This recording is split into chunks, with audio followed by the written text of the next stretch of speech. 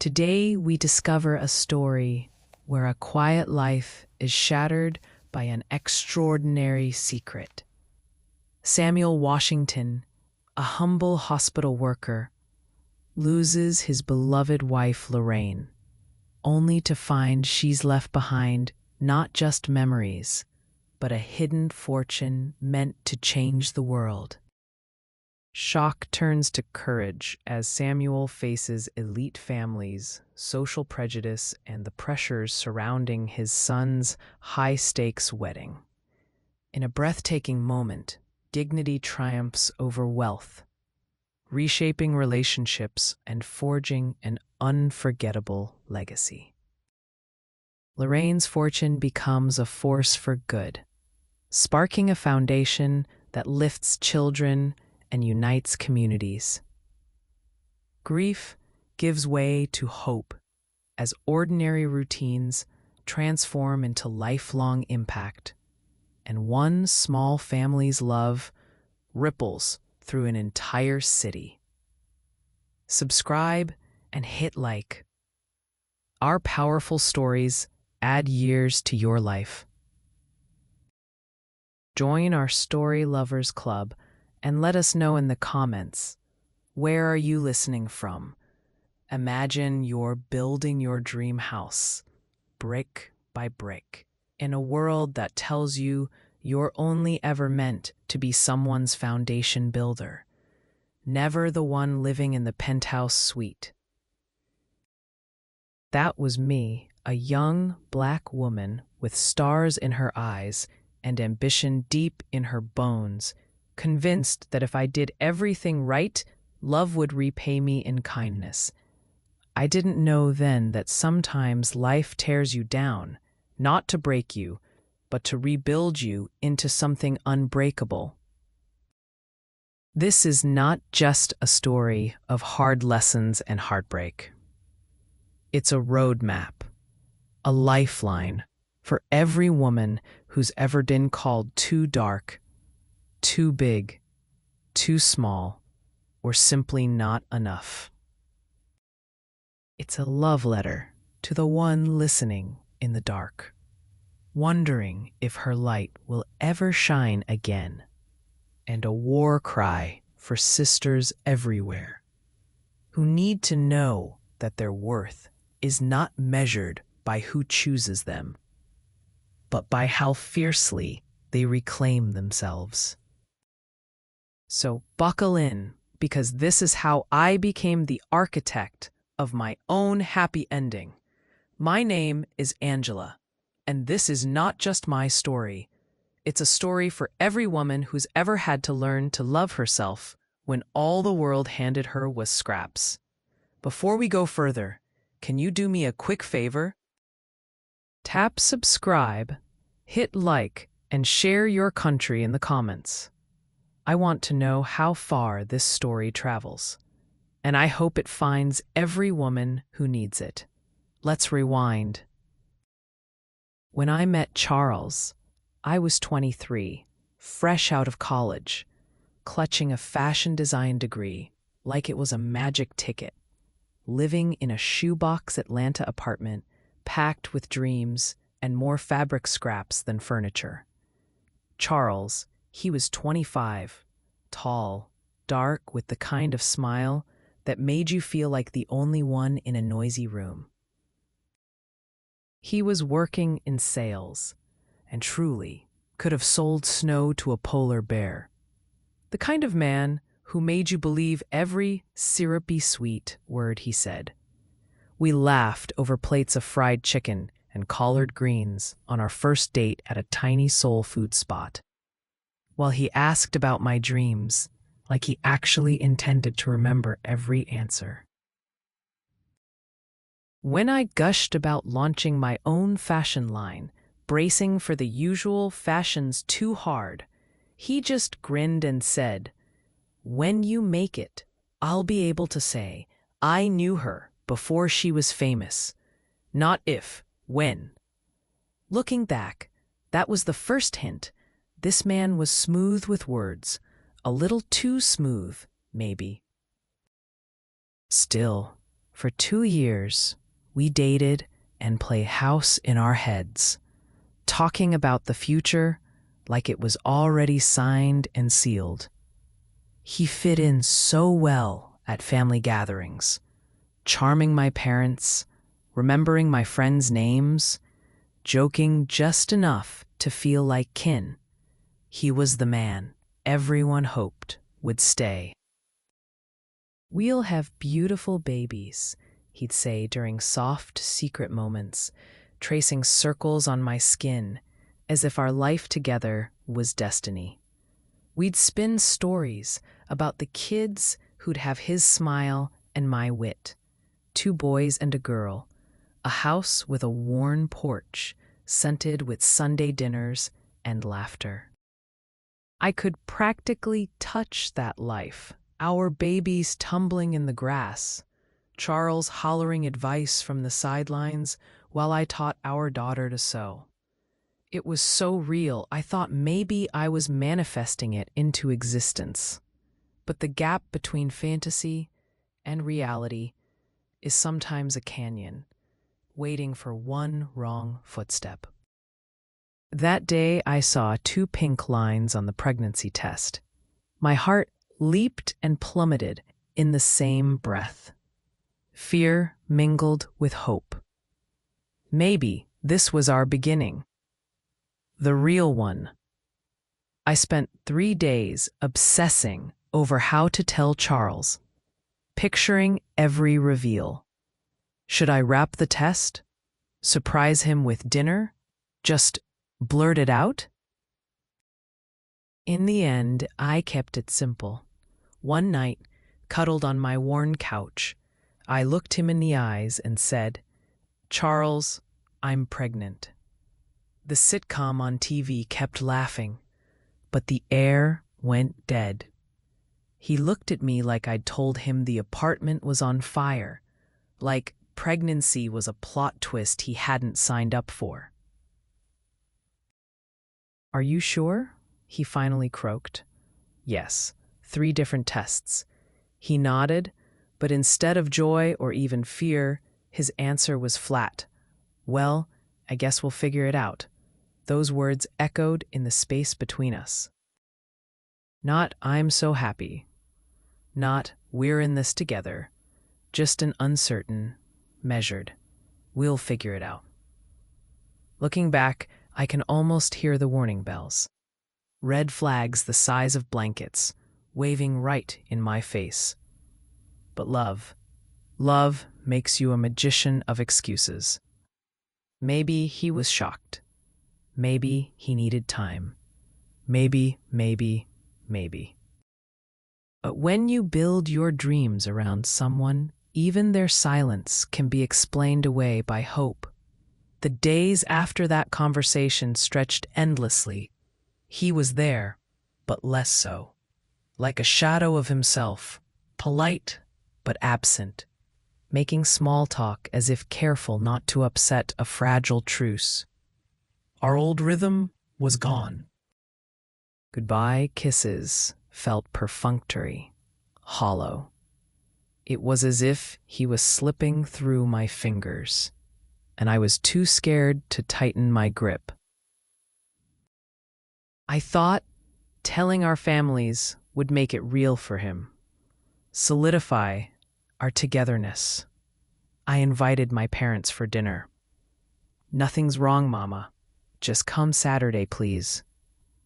I cooked all day, making every comfort food I could think of.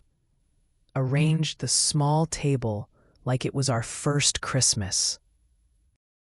Charles helped, but his eyes wandered, his mind clearly somewhere far away. "You okay, baby?" I asked, arranging forks side by side. "I'm fine, just thinking." When my parents arrived, the apartment hummed with awkward energy. My dad hugged Charles like a son, and my mother complimented the food. Normal for a while. But then, the moment I'd rehearsed, "Charles and I have something to tell you," I said, hands shaking under the table as I reached for his. We're having a baby." The silence was immediate, heavy, expectant. Mama's face twisted through a slideshow of feelings. Daddy's went blank and cold. "Pregnant?" he said, as if challenging the word to a duel. "Yes, sir." "And you're getting married when?" Charles stared into his lap. "We haven't talked about that yet," I said. Daddy's fork hit his plate like a gavel. "Haven't talked about it yet." "Boy," he said to Charles, "you got something to say?"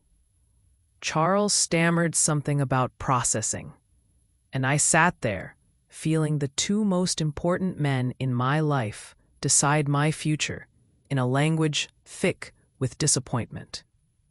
My father unleashed a storm. "Processing? My daughter is carrying your child. That child deserves a name, a home. You need to decide if you're going to be a man about this or not." Charles mumbled his intention to step up, but sounded like he was reciting lines at a play he hadn't auditioned for. "When's the wedding?" Daddy pressed. Charles' silence was deafening. "My daughter ain't having no baby out of wedlock. Not under my roof." My mother wrung her hands, her eyes darting between us. The room vibrated with shame and fear and pressure. I tried to broker peace, but Daddy wouldn't stop. "You can bring me a man, proud." But Daddy's disappointment was like a locked door, and Mama just teared up, unable or unwilling to defend me. The night ended with my parents leaving, food untouched. My mother's whispered, "Pray about it," lingering in the entryway. Charles and I sat in silence until I finally asked, "What are we going to do?" His answer was as hollow as ever. "I don't know." We should have called it then, but fear of loneliness kept me grasping. I was terrified of being a single mother, of being a disappointment, of building a life in pieces when all I ever wanted was wholeness. Days slipped by in a haze. Charles called, came over, but didn't look at me properly. I started getting calls from my parents, now demanding answers instead of giving support. "Has he proposed yet?" Mama would ask, as if a ring could magically fix everything. "Not yet." "Well, what's he waiting for? The damage is done." Those words stuck like a burr. 3 days after the disastrous dinner, Daddy called with an ultimatum. "You have until Sunday to bring me a man ready to do right by you. If you can't do that, you need to find somewhere else to live." I tried to reason with him. "You'd throw me out? You want grown woman choices? You handle grown woman consequences." Sunday was 4 days away. 4 days to convince a man who wasn't sure he wanted me to pretend everything was fine. Charles stonewalled. "I just need to think." But deep down I knew love shouldn't take this much convincing. Shouldn't feel like begging for leftovers. Sunday came. No proposal, no promises. My parents packed my things and set them by the door. My mother wept. My father didn't waver. I stood in the street, suitcases at my feet, stomach turning, literally carrying the weight of hope and disappointment. When I called Charles, he hesitated. "I guess you can crash here until you find a place," he said, as if I were a stray he felt obligated to take in. "Not we'll find a home, just a place for you." I moved into his bachelor apartment. 2 drawers, half a closet, no promises. Living with Charles should have been a new chapter, but every day felt more like a footnote, an afterthought in the story I thought we were writing together. His small apartment, once the stage for his laughter and late-night music, became a holding cell where dreams went to dim. I tried to make it a home, set flowers on the counter, a towel just for him, sticky notes with sweet promises meant to keep the last of our affection alive. But comfort is hard to find when you're made to feel like a guest, not a partner. My things stayed packed in bags for weeks. His shoes by the door were the only sign of permanence. Mine looked as temporary as the arrangement felt. Charles returned home late. The rhythm of his keys in the lock no longer a signal for joy, but a summons for another tense silence. We tiptoed around each other, speaking only of errands or bills, but never the giant, silent question in the room. What are we now? Some nights, I'd hear him on the phone in the next room, voice low, laughter in a register I barely recognized. I wanted to ask him if he still loved me, or if he ever really did, but every time the words reached my lips, I swallowed them back, ashamed of how desperate I was for reassurance. My body changed as the baby grew. My world contracted to the four walls of the apartment and the echo of conversations I'd never had the courage to start. There were moments, brief, fragile, when Charles would reach out and touch my belly, a hesitant smile on his lips, wonder flickering in his eyes. But just as quickly as those moments came, they passed into shadows, replaced by uncomfortable silences or rushed exits. Sometimes I would stand in the bathroom, hand on the sink, and stare at myself in the mirror, eyes dull, cheeks pale, dreams draining away. I'd tell myself to be strong, to wait it out, that things would get better. But the cracks were widening every day, and soon the dam would burst. One early afternoon, I came home from a doctor's appointment, clutching the first picture of our baby. Tiny, blurry, but so full of promise, it hurt to breathe. I wanted to show Charles, to let him be the first to see what we'd made together. I found him at the kitchen counter, scrolling aimlessly through his phone, mind adrift. "Look," I said, offering the ultrasound like a peace treaty. He glanced up, took the photo, stared for barely a second, and set it aside. "That's nice," he muttered, almost as if talking to himself. My heart broke in that instant, not with a crash, but with the sharp, sickening sound of a final thread snapping. We argued, again. I begged for honesty, demanded to know what he truly wanted. Did he see a future with me and our child, or was he counting the days until obligation could become freedom? He didn't answer directly, couldn't even look me in the eye. I realized the truth as it poured out of me. Tears, anger, all the words I'd held inside since the day he first sat silent on the couch. "This isn't love," I said, voice trembling. "You don't have to pretend anymore." For a heartbeat, I thought he'd fight for us, but instead he turned away, shoulders tense. "I'm sorry," he whispered, so quietly I almost missed it. No excuses, no arguments, just defeat. The fight was over, and we had both lost. That night, I lay on his side of the bed, faced with the vast coldness where comfort once lived. and decided for the first time that maybe it was time to stop apologizing for wanting more. Leaving wasn't easy. It never is, especially with a child growing inside you.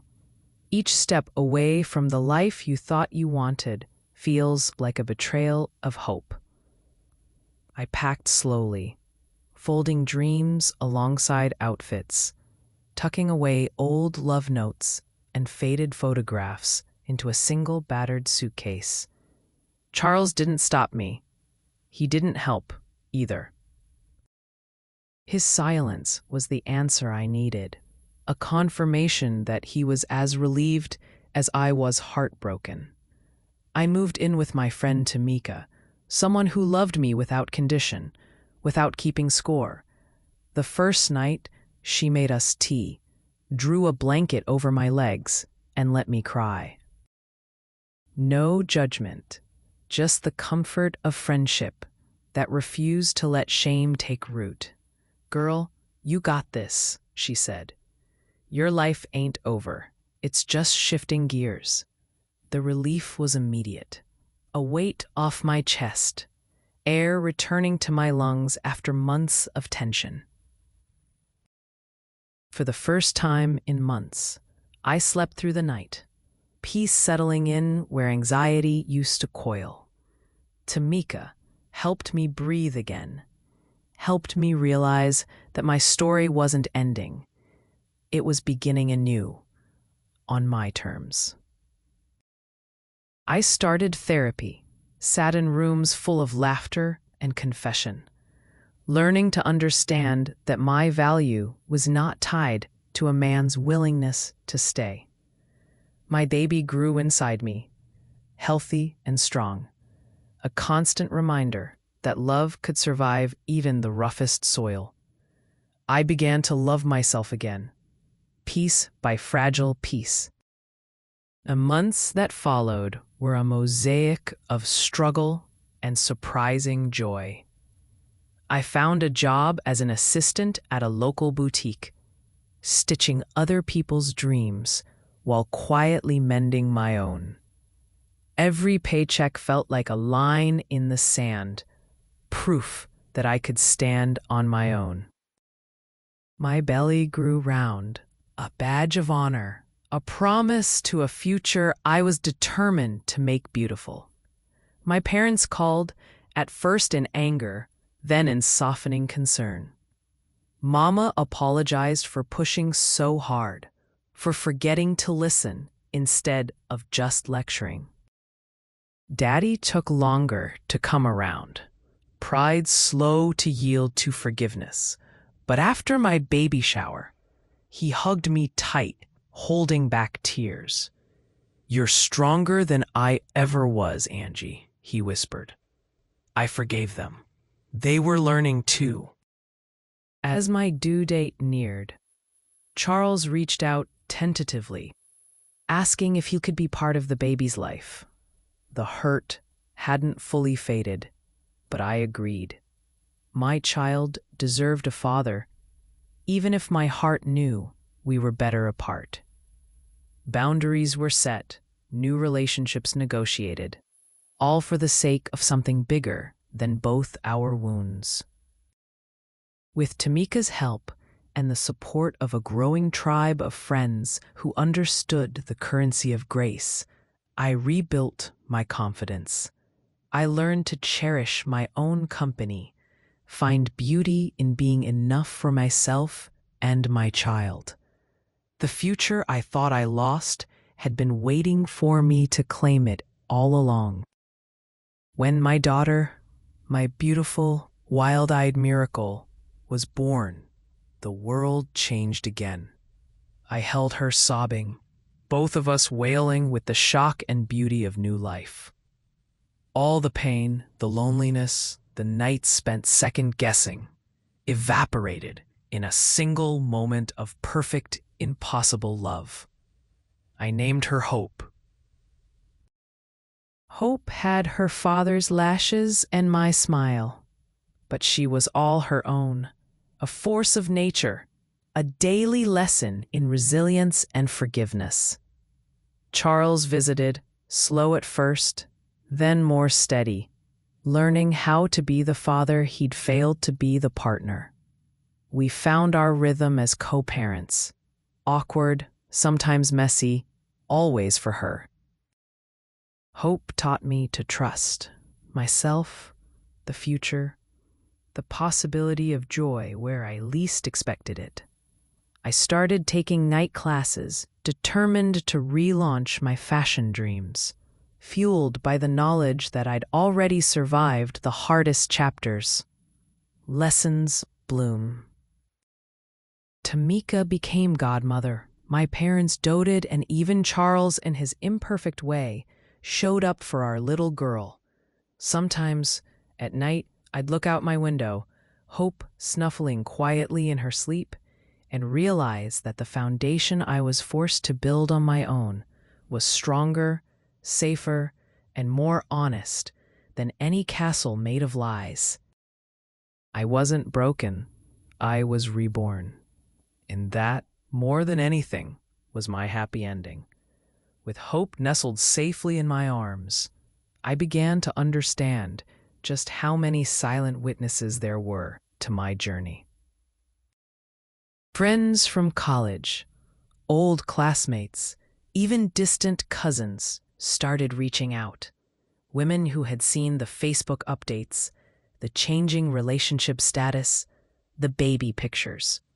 Some simply sent congratulations, but others brought their own confessions.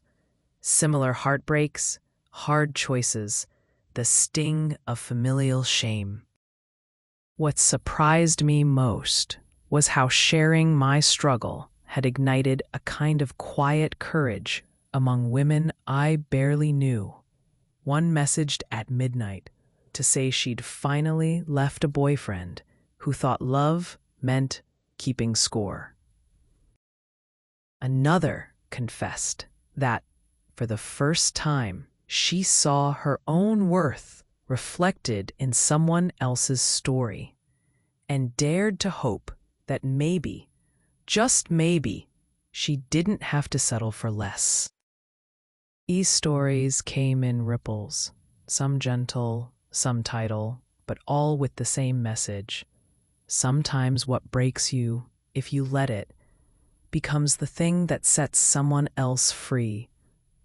I was learning, too, that letting go is never just a one-time decision.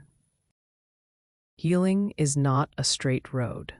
It zigs and zags, circling back before moving forward. There were days I caught myself thinking about Charles, not with bitterness, but with empathy, for the weight of his own fears, his upbringing, the expectations that shackled him too. We were each in our own way, products of stories passed down, women told to shrink, men told to shoulder alone. So I forgave him, not for his sake, but for mine. Forgiveness isn't a free pass. It's a quiet revolution inside, a personal declaration that the pain will not write the ending. Lessons bloom. My pain found purpose in that forgiveness, and the courage I learned to carry became the legacy I wanted for Hope above all. Even with Hope's arrival and newfound peace, life was far from easy. There were sleepless nights, bottles to clean, and bills that seemed to multiply just to keep things interesting. But in the quiet, in those tiny pockets of time when it was just me and my thoughts, I began the real work, learning to love myself, not for what I survived, but for who I had always been, beneath the scars and bravado. Therapy became my sanctuary. Week by week, I unraveled old narratives, the ones that said I had to earn my spot, to prove myself good enough for love that stayed. My therapist, Mrs. Caldwell, an older black woman with fierce eyes and a gentle voice, taught me how to sift through the debris.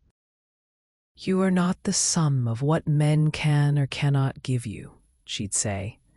"You are the sum of every time you chose to keep going anyway." I wrote letters, some to Charles, never sent, and some to my younger self, apologizing for the years I'd spent believing myself unworthy. I made peace with the little girl who wanted to be seen, who dreamed up weddings and happy endings, and promised her something better, a life not defined by someone else's acceptance, but by her own. Slowly, I started putting myself first in small ways, reclaiming my time for creative projects, signing up for business classes online, letting Tamika babysit while I painted or went to the movies alone. These weren't grand gestures, but defiant acts of self-preservation, enough to remind myself that joy was possible, even and especially after heartbreak. Time, I learned, is both a healer and a test. Each month, hope grew and changed, becoming a living reminder of possibility. Her first steps across Tamika's cluttered living room brought a joy so powerful, I sobbed. Laughter and tears tangled together. Milestones multiplied. The first giggle, the first word, the first time she clung to my neck as if I was her whole world. As hope flourished, I found myself mediating new boundaries with Charles. Co-parenting was rarely easy. Sometimes resentment surfaced, sharp and unwelcome. But we kept the promises made to Hope, learning to set aside our issues for her sake. It wasn't perfect. Sometimes it wasn't even good, but it was necessary. Each drop-off and birthday party became proof of our growth, individually and together. My parents, too, evolved in their roles.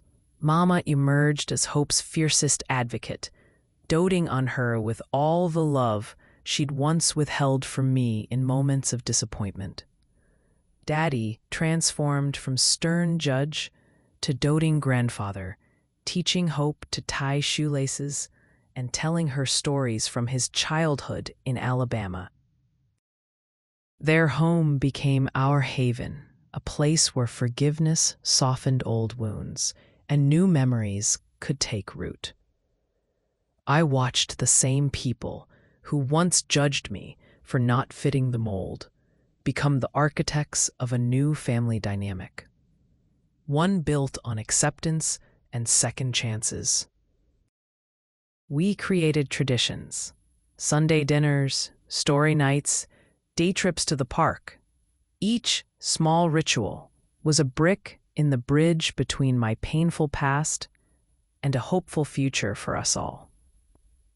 With Hope steady on her feet, I turned my focus back to the dreams left on hold. My degree in fashion design, once a sad reminder of deferred ambitions, became my ticket to independence. I spent nights at my sewing machine, fabric pooling in my lap, as I created clothes for women who wanted to be seen, really seen, in colors and shapes that reflected their joy and strength. I launched my online boutique in the quiet hours while Hope slept, using every inch of Tamika's small dining table as my workspace. Orders trickled in, then grew, as word spread among a community hungry for authenticity. My designs were bold, floral prints, vibrant colors, unapologetic lines.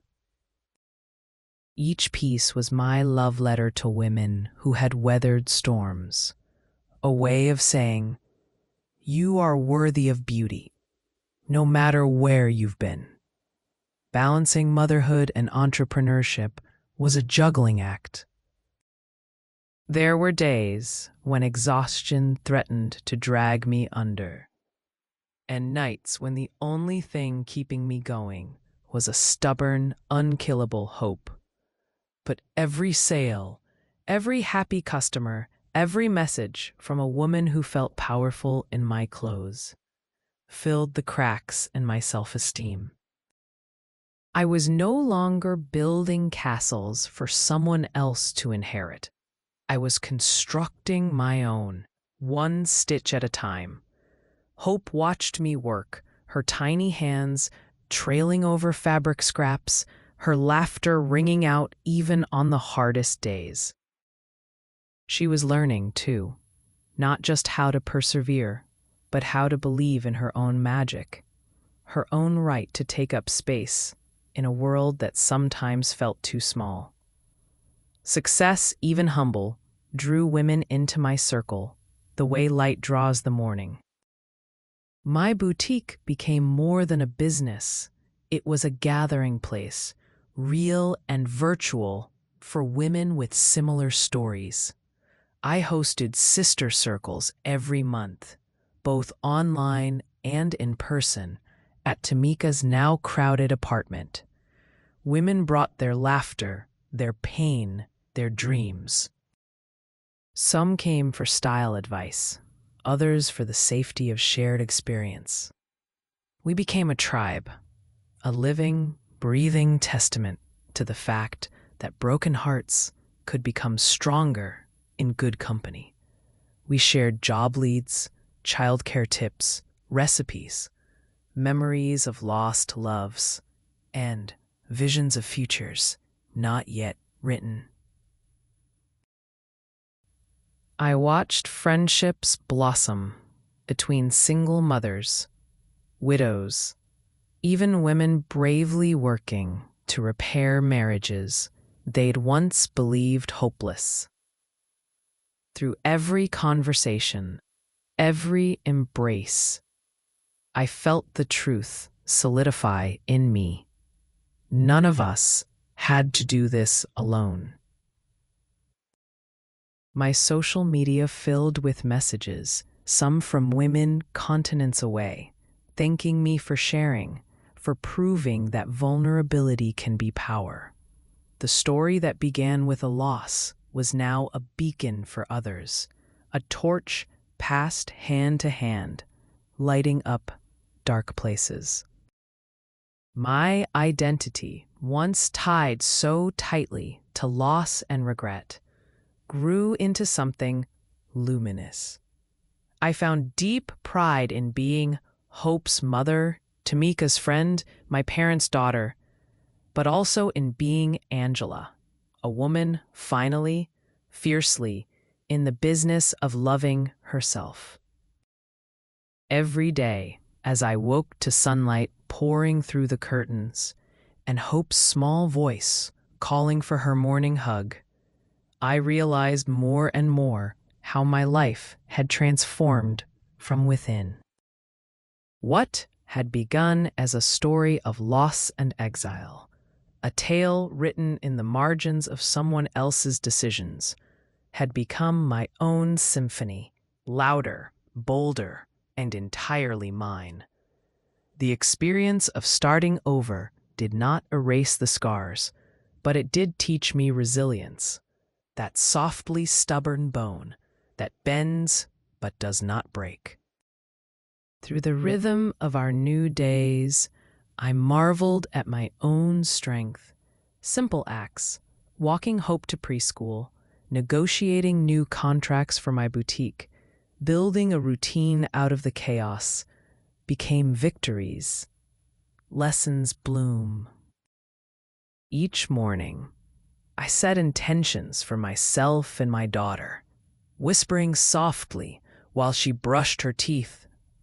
You can do hard things. You can love yourself, even when the world doesn't understand you. These words were for her, but sometimes She was unworried by our makeshift beginnings, the thrifted furniture, mismatched towels, hand-me-down toys. To her, home was wherever we were together. She grew into a child of endless questions and unfiltered joy, her confidence transparent and her trust in the world intact. She reminded me on the hardest afternoons that joy truly can return to ground once scorched by disappointment. And I, in becoming her mother and my own guardian, was reconstructing a foundation deeper than the legacy of heartbreak. The life I was building for my family was not just about survival, it was about thriving, about laughter that filled the rooms of our small apartment, and about the certainty that we were worthy of love, exactly as we were. It was inevitable.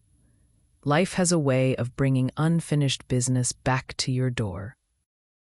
One rainy October afternoon, Charles turned up unannounced, nerves tight behind an attempted smile.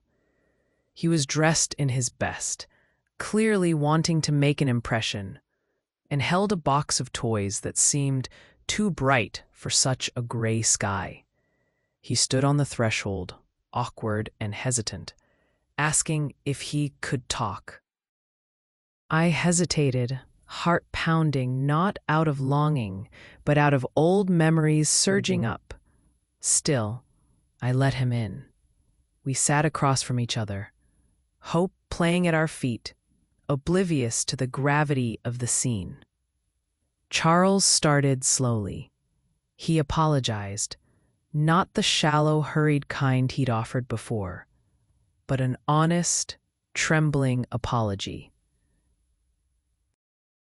He spoke of his own fear, of how he'd grown since those days, of therapy he'd started, of wanting to be a better father. I listened, not with the naive hope of old, but with the clear-sighted compassion of someone who had learned forgiveness for herself first. I thanked him, acknowledging the difficulty of his growth, but stated gently that the time for us had passed. Our relationship was not a story to be resumed, but one to be respected for what it had taught us both. Hope, curious and bright, welcomed his attempts at fatherhood.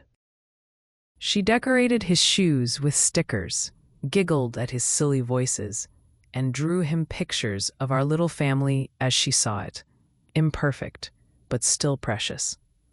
I watched their bond grow, sometimes aching for what could have been, but always grateful he was stepping up, this time for her. The old wounds didn't disappear, but they became smoother, less tender to the touch.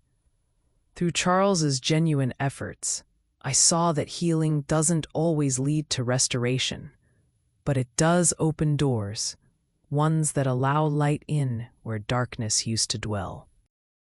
There's a particular kind of peace that finds you only after the storm, when the debris has settled and you stand blinking in the sunlight of a new beginning. It took years, not months, but I found that peace.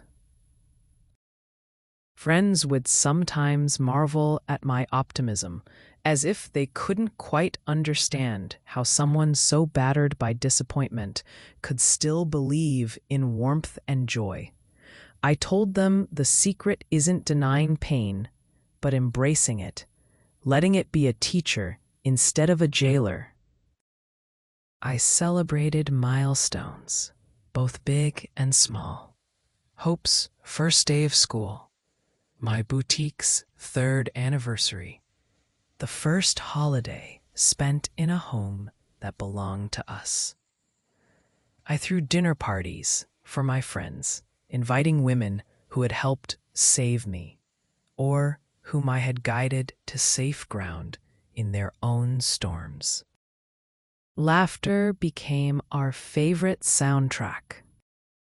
One evening, Tamika toasted me at our kitchen table, her glass raised high, to Angela, who taught us how to build castles from rubble, and to every sister who finds strength in her scars. The room erupted in applause, and for the first time, I felt not just healed, but truly celebrated, not for surviving, but for thriving. Bit by bit, I set down the burdens of shame and regret.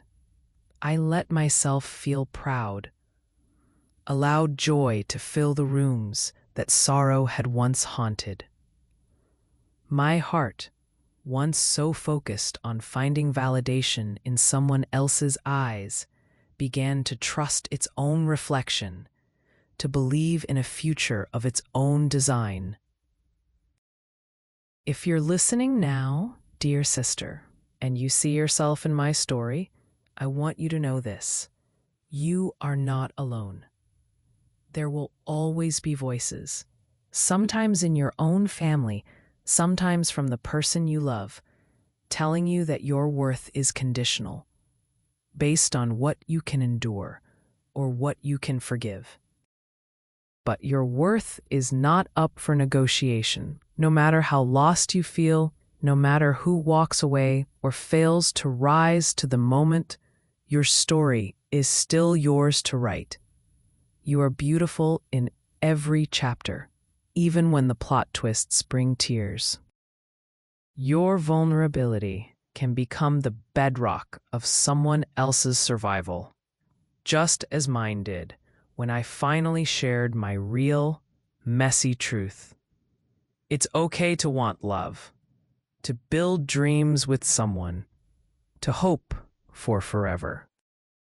But if those dreams fall through, if love asks you to shrink or hide the brightest parts of yourself, do not be afraid to begin again. The best story you will ever tell is the one where you are the hero of your own journey, not the side character in someone else's. Let your heart break if it must. Then use the pieces to pave the path forward. When you do, you will find a sisterhood waiting for you, arms open, ready to testify that endings are just disguised beginnings. Some nights, after hope is asleep and the world finally grows quiet, I look at the life we've built from the splinters of what was almost lost. I light a candle in the window, a symbol for every woman searching for home within herself. This story is not unique, but that's exactly why it matters. I pass this torch to you in the hope that you will carry it into the darkness for someone else. Stand tall in your struggles, honor your own voice, and trust that every hard-won lesson is another brick in the sanctuary you're building. You are a creator of your worth, your legacy, your own brand of joy. Let the world watch you rise. Let them see the magic in your scars, the grace in your persistence, the beauty in the way you choose yourself again and again. This is my story, but it could be anyone's. And as I tuck hope into bed each night, whispering promises of adventure and belonging, I know the greatest message I'll ever give her is this: you are enough, as you are, where you are, with or without anyone's approval. May your story shine just as brightly. The future is yours to claim.